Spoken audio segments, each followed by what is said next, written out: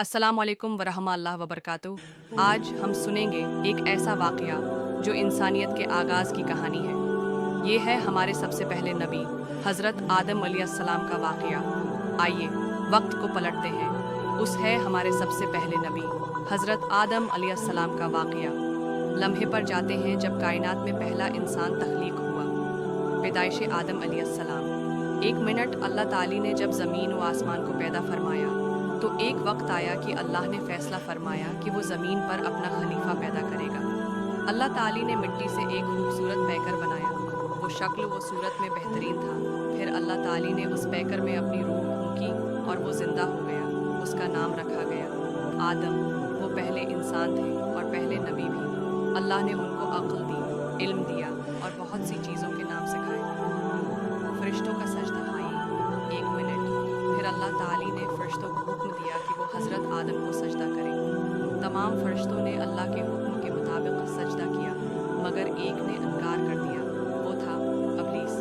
अबलीस ने हुक्म किया, तकबर किया और कहा, मैं आग से बना हूँ और आदम मिट्टी से, मैं क्यों सजदा करूँ।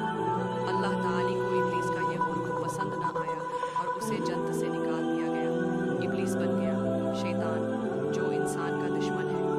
आदम को हवा जन्नत में एक डेटा पॉइंट 5 मिनट अल्लाह ताली ने हज़रत आदम अलैहिस्सलाम को जन्नत में रखा और उनके लिए हज़रत हव्वा अलैहिस्सलाम को पैदा फरमाया ताकि वो तन्हा न हो। जन्नत में दोनों खुशी से रहने लगे। अल्लाह ताली ने उनसे फरमाया, जन्नत में हर नामत से फ़ायदा उठाओ, सब कुछ खाओ पियो, लेकिन एक दरख्त है, इसके करीब न जाओ। ये एक आजमाइश थी, मगर शैतान जो पहले ही दुश्मन बन चुका था खामोश न बैठा। इसने आदम और हव्वा को बहकाया। इनसे कहा कि अगर तुम इस दरख्त का फल खाओगे तो हमेशा जन्नत में रहोगे, फरिश्ते बन जाओगे। आखिरकार हज़रत आदम और हज़रत हव्वा शैतान की बातों में आ गए और उस दरख्त का फल खा लिया। तौबा और ज़मीन पर भेजा जाना। 1-2.5 मिनट जैसे ही उन्होंने नाफरमानी की, उनका लिबास उतर गया। वो शर्मिंदा हुए और शर्म के मारे पते लेकर खुद को ढांकने लगे। अल्लाह ताली ने उन्हें जन्नत से ज़मीन पर उतार दिया। ये दुनिया इंसान के लिए आजमाइश बन गई, लेकिन अल्लाह ताली मेहरबान है। हज़रत आदम और हज़रत हव्वा ने